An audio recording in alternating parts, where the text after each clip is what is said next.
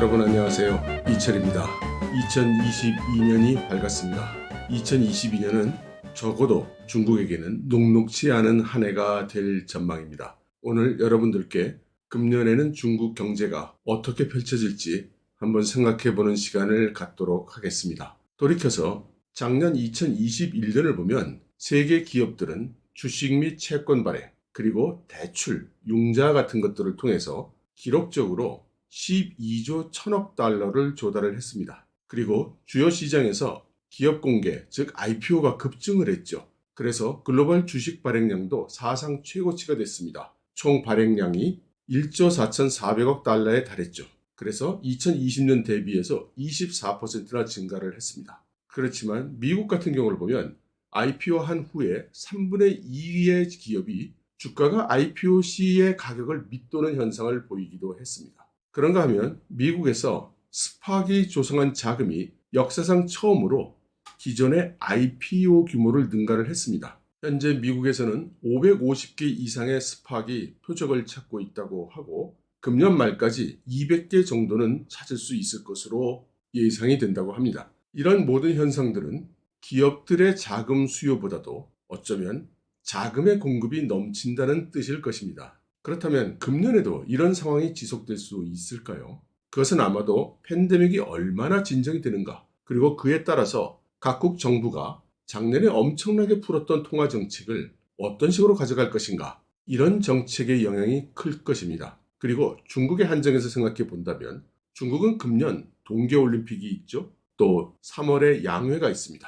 그리고 하반기에 다음 10년을 좌우하는 새로운 지도부를 구성하는 그런 중차대한 일이 있습니다. 그래서 중국은 지금 몇 년과는 비견할 수 없을 정도로 긴장이 된 그런 정치 일정이 계속될 것이고 또 그것이 가장 큰 영향을 줄 것입니다. 그리고 전통적으로 이 20대 차기 지도부 구성까지 이 시간 동안 중국 내에서는 치열한 내부 권력 투쟁이 일어나겠죠. 그렇기 때문에 정부나 정책에 큰 영향을 받는 중국의 경제계도 그 파급 효과가 꽤나 요동칠 것이라는 그런 의미입니다. 예컨대 마윈의 엔투그룹이 IPO가 갑자기 정지된 일이라든지 DD 추싱이 미국 IPO 강행한 후에 어떤 일을 당하고 있는지를 생각해보면 그 의미가 자명하지 않겠습니까? 금년의 중국 경제 방향을 가늠하게 하는 가장 중요한 근거는 세 가지를 들 수 있습니다. 하나는 중기계획인 14차 5개년 계획, 그리고 매년 경제 정책의 기조를 정하는 연말의 중앙경제공작회의,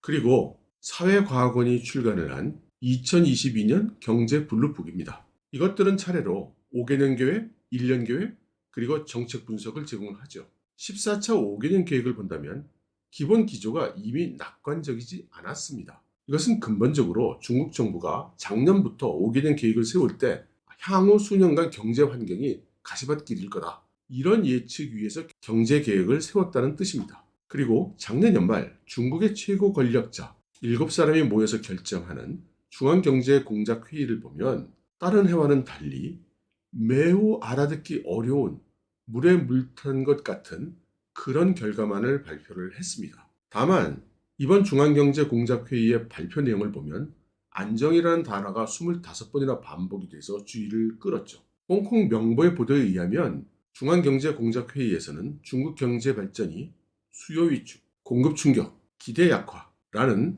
3중의 압력에 직면해 있다고 판단했다는 것입니다. 그런데 중앙재정위원회 판공실의 한원쇼가 한 말을 보면 작년 중국의 GDP가 110조 위안에 달할 것이고 1인당 GDP가 12,000달러를 넘어서 고소득 국가 문턱까지 갔다, 이런 식으로 이야기한 적이 있었죠. 그런가 하면 전 금융고관이었던 로지웨이는 중국 통계가 좋은 면만 강조를 해서 보여주기 때문에 이런 3중 압력을 제대로 반영해서 보여주질 못한다, 이렇게 비판을 했습니다. 이 로지웨이라는 사람은 때때로 현 중국 당국의 정책에 날이 선 그런 비판을 하는 보기 드문 사람입니다. 이 로지웨이는 또 시장 주체가 중국에 1억 5천만 개가 있지만 적어도 4천만 개는 활성화되어 있지 않다, 이렇게 지적하기도 했습니다. 그리고 금년 경제를 놓고 이렇게 서로 다른 시각이 나오는 것은 중국적 상황에서는 유난한 일이라고 볼 수 있습니다. 그리고 보면 지금 중국에서는 정치, 군사, 경제, 사회 모든 면에서 전과는 달리 서로 상충되는 의견과 신호들이 나오고 있습니다. 저는 이것을 바로 20대를 겨냥한 내부 권력 투쟁이 있기 때문에 이것이 정책 투쟁이라는 이런 방법을 통해 누출되고 있다고 해석합니다. 그러면 중국 사회과학원의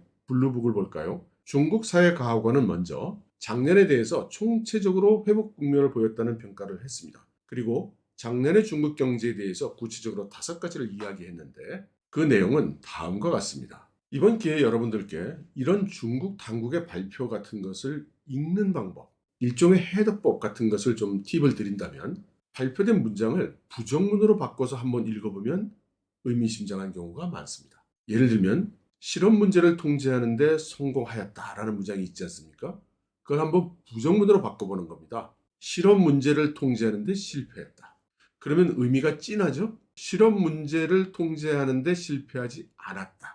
라는 뜻으로 해석을 해보면 보다 진실에 가까운 의미가 될 것 같습니다. 만일 중국이 이 엄중한 팬데믹 상황에서 실험 문제를 통제하는 데 실패하면 어떤 일이 발생했을 것 같습니까? 수억 명의 사람들이 먹고 살 길이 없어지면 어떤 일이 발생했을 것 같습니까? 그렇게 부정문을 통해서 그 상황을 생각해 본 후에 다시 실험 문제를 통제하는 데 성공했다. 라는 문장을 보면 무슨 뜻인지 알겠다. 이제 이런 식이 되는 것이죠. 이런 식으로 이 5가지 결과를 좀 새겨보면 전반적으로 2021년의 중국 경제라는 것은 다행히 큰 문제가 터져 나오지 않고 어찌어찌 잘 넘어갔다 정도의 평가라고 해석할 수 있을 것 같습니다.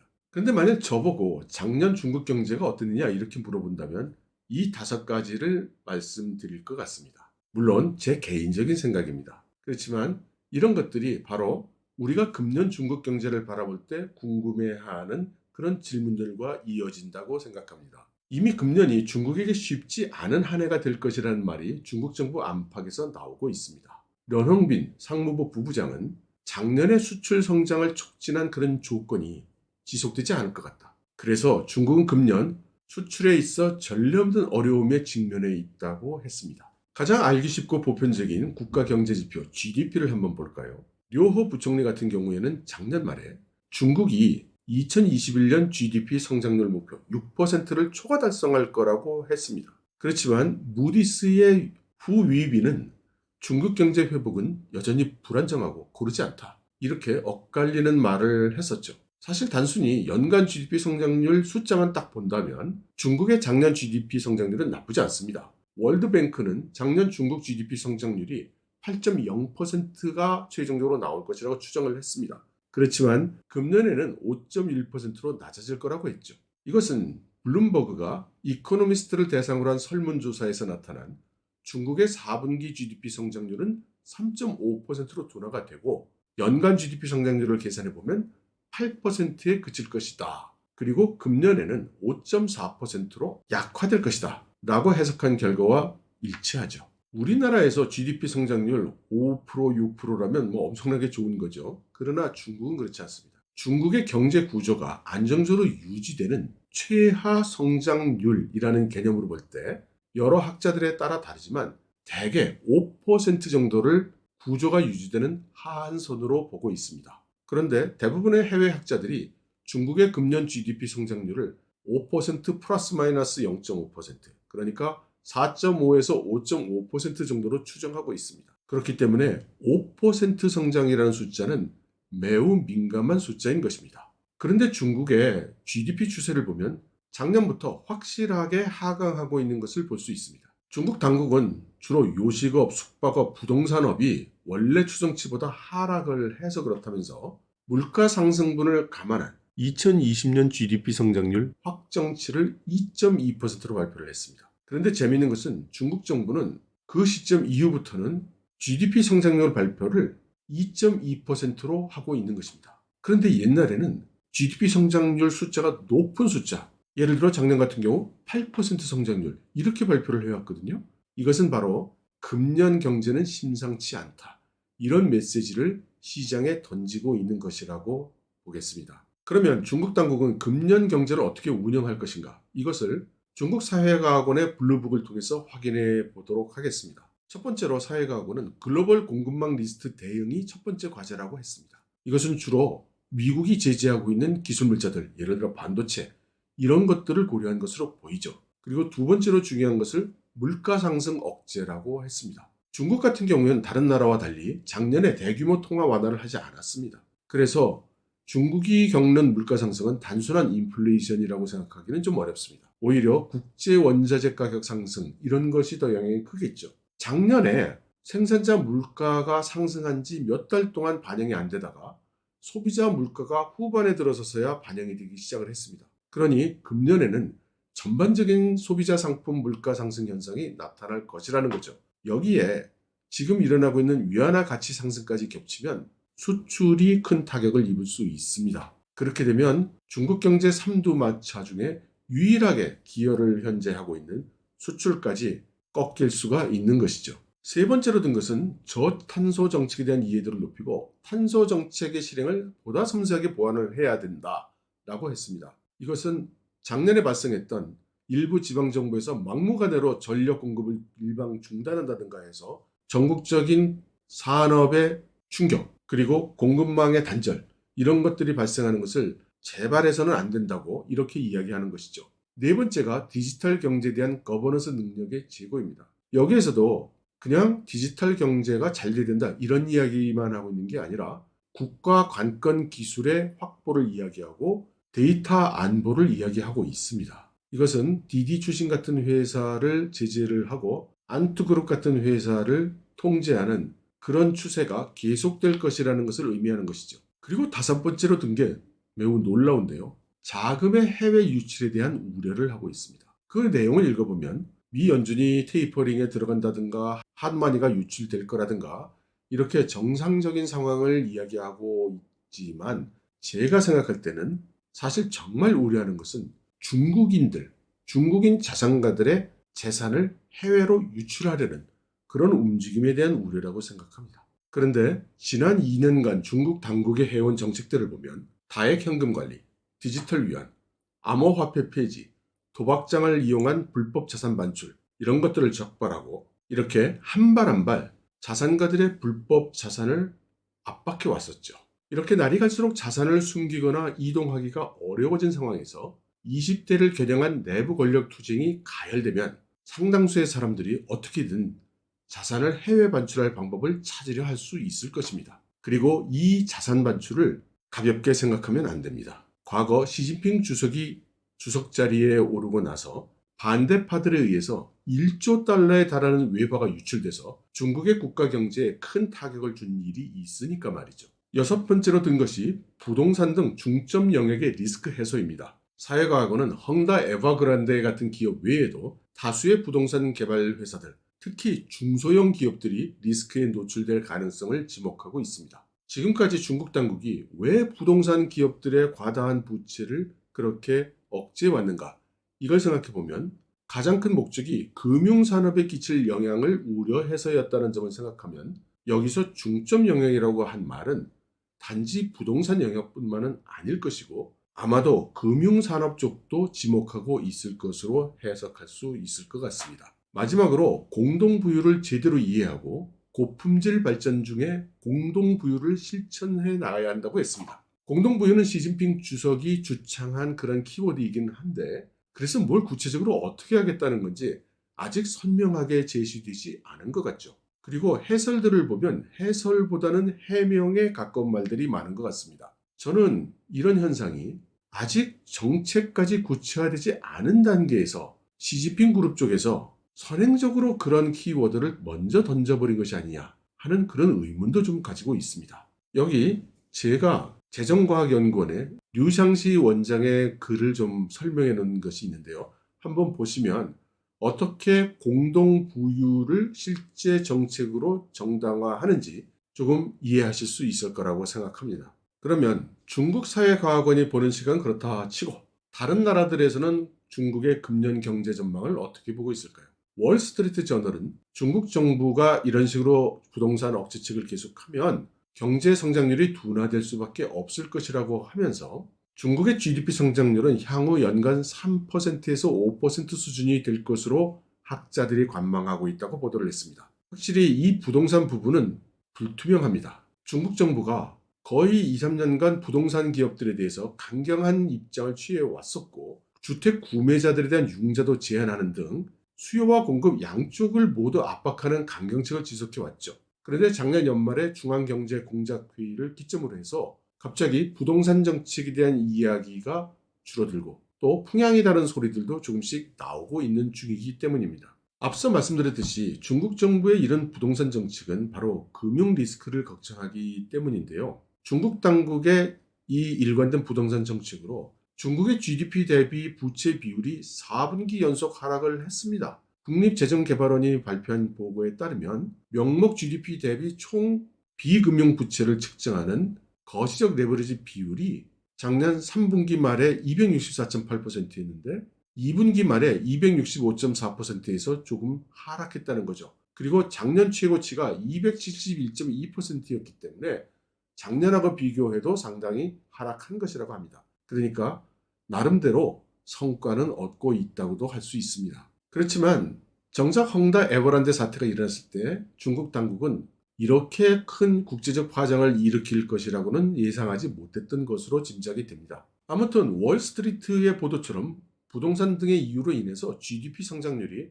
3%에서 5%가 된다면 이건 심각한 후폭풍을 초래할 수 있을 겁니다. 말씀드렸듯이 4%, 5% 이하 이런 정도의 경제 성장률을 보이게 되면 중국의 경제 구조 그 자체의 모순이 발생을 할 위험이 크기 때문이죠. 최악의 경우 자체 모순으로 붕괴할 수 있다는 그런 예상도 나올 수 있으니까 말이죠. 그런 시각에서 보면 니케이가 예상한 금년 중국의 실질 GDP 성장률이 5.1%라고 한 것도 미묘한 숫자입니다. 니케이는 중국 내부 예측은 5.5%에서 6% 정도로 알려져 있다고 보도를 했고, 그렇지만 이코노미스트들의 예상은 4%에서 5.9%로 폭이 넓다고 했습니다. 니케이가 이코노미스트 33사람을 조사를 했는데 11명이 4% 안팎이 될 거다. 이렇게 이야기를 해서 잠재 성장률 5.5%보다도 낮게 예상을 했다는 것이고, 그에 비하면 IMF 같은 기관은 낙관적으로 5.6% 정도를 예상을 했다는 것입니다.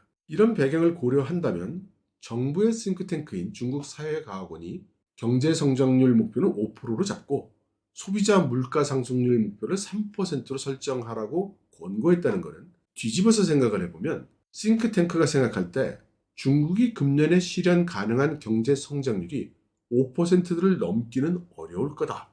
이렇게 본다는 뜻이라고 해석할 수 있고, 이 경제 성장률을 이루어가면서 경제 구조를 온전히 지켜내려면 소비자 물가 상승률이 3% 정도로는 통제되어야 한다. 자, 이렇게 중국의 경제 삼두마차 중에 투자가 무너져 있고 소비가 무너지고 이제 수출도 하강하는 이런 국면에서 금년의 경제 운영을 해야 되는 중국 당국의 입장은 정말 쉽지 않아 보입니다. 여기에 금년에도 미국과 서방의 경제 압박 기술 제재는 계속될 테이죠. 물론 중국은 이를 회피하기 위해서 RCEP라든가 CPTPP 같은 다자간 무역 체계를 이용을 해서 이런 경제 압박을 피해가려 하죠. 또 외자가 점점 떠나가니 시장 개방을 더욱 크게 할 것이고 외국의 기술 기업과 인력을 유치하기 위해서 더욱 노력을 할 것으로 보입니다. 또한 수출 쪽으로는 증가는 못하더라도 유지는 해야 된다라는 입장이기 때문에 위안화의 상승은 어떻게든 억제하려고 하겠죠.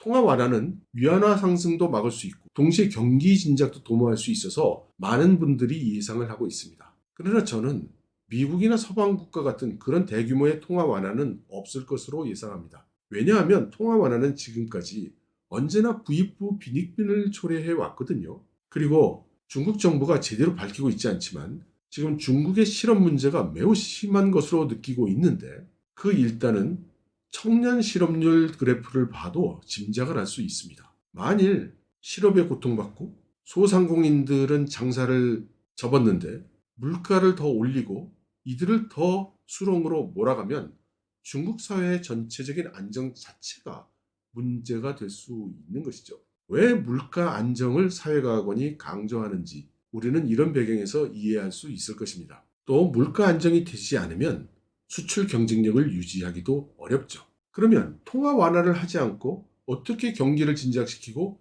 일자리를 만들 수 있을까? 공동부유.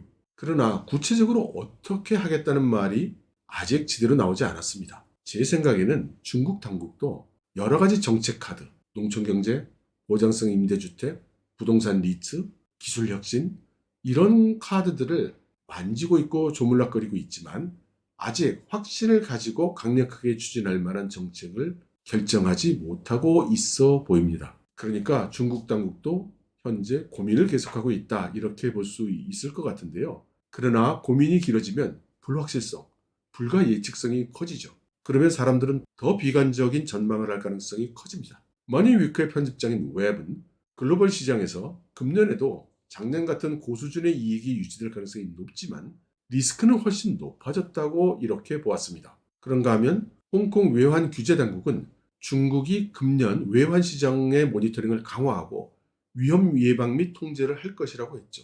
또 중국 당국은 금년에 사모투자펀드의 국가 간 투자도 촉진할 것이라고 했습니다. 이것은 아마도 위안화 절상 압력을 해소하는 그런 정책을 시행하겠다, 이런 신호를 보내고 있는 것으로도 볼 수 있을 것 같습니다. 그러나 이런 모든 관측들 중에 차이 씨는 매우 강력한 메시지를 하나 던졌는데요. 다른 건 몰라도 금년 중국 경제 정책의 중점은 성장에 있는 것만큼은 틀림없다, 이렇게 단언을 했습니다. 그리고 그것이 바로 5%대 성장이 될 것이라고 한 것입니다. 그리고 이것을 BBC는 중국이 OECD에 진입하게 됐다고 보도를 한 것입니다. 그 뜻은 이제부터는 중국은 상당 기간 최대 5%대의 성장을 바라보는 그 권역에 진입했다는 말입니다. 2035년 시진핑 주석이 공언한 중국의 국가 목표를 달성하려면 중국은 매년 최소 4.8% 이상의 성장을 해야 됩니다. 그런데 국가가 성장을 하고 고도화될수록 이 GDP 성장률은 커지기보다는 작아지지 않습니까? 그래서 2022년 금년에는 5%를 많이 넘어서는 성장을 해야 2035년에 도착했을 때 성장률이 내려가더라도 매년 평균 성장 4.8%가 달성될 수 있을 것입니다. 이건 뭐 자연스럽게 성장을 예측해보니 그렇다기보다는 그렇게 달성하지 않으면 안 된다는 그런 미션의 의미가 되겠습니다. 칭화대학교의 리다오코이는 중국이 통화정책이나 재정정책 측면에서 다른 국가들에 비해서 상대적으로 여유가 좀 있기 때문에 재정 적자율을 3% 수준으로 가져가는 선제적 조치를 할 거라고 했습니다. 즈신 투자의 이코노미스트 옌핑도 낙관적 견해를 내놨죠. 그는 금년 중국 경제의 가장 비관적인 시나리오 하에서도 소비가 6.5%, 투자가 6%, 수출이 8%, 그리고 경제 성장률은 약 4.9%를 보일 것이라고 예상을 했습니다. 그렇게 되면 중국 경제가 예정보다 빨리 OECD에서 4위 시대로 접어들 수 있을 것이라고 했죠. 보다 신속하게 중국이 중진국에 돌입한다는 그런 뜻이 되겠습니다. 중국의 경제 이슈가 이렇게 심각하게 대두되고 있는 것은 어쩌면 군사적 측면에서는 지금까지처럼 중국이 많은 자산을 투하하기 어려워진다는 그런 뜻이 될 수도 있을 것입니다. 그리고 가을에 있을 20대를 앞두고 시진핑 주석이 군사적 모험을 하고 싶지는 않을 겁니다. 오히려 그때까지의 문제는 미국 쪽이 중국을 얼마나 자극하느냐에 달려있다고도 하겠습니다. 중국은 20대에서 시진핑 주석의 연임, 새로운 지도부의 구성, 이렇게 돼서 내부 권력 투쟁을 마무리할 때까지는 코로나19에 대해서 제로 허용 방역 정책을 엄격하게 지속하고 다소간의 경제적 문제가 있더라도 중국 사회를 통제해 나갈 것입니다. 그리고 이 모든 단계를 지나 새로운 지도부가 완성이 되면 아마도 그때 강력한 대외 정책, 강력한 대타이완 정책 등을 발표하고 지금까지보다도 더 공격적인 외교 안보 정책을 취할 가능성이 높을 것 같습니다. 그러니까 금년은 중국이 지그시 참아나가는 그런 한 해가 될 것으로 생각이 됩니다. 그리고 그런 사회 경제 분위기 하에서는 저처럼 중국에 사는 모든 사람들도 지금보다도 더 인내해야 되는 그런 한 해가 될 가능성이 높을 것 같습니다. 쉽지 않은 2022년이 되겠죠. 금년에는 2월 말에 한국을 한번 방문할 계획인데요. 기회가 된다면 여러분들과도 함께 만날 수 있는 기회가 있으면 좋겠습니다. 여러분 들어주셔서 감사드리고 금년 한 해 많은 수확 거두시고 건강하시고 행복하시기 바랍니다. 감사합니다.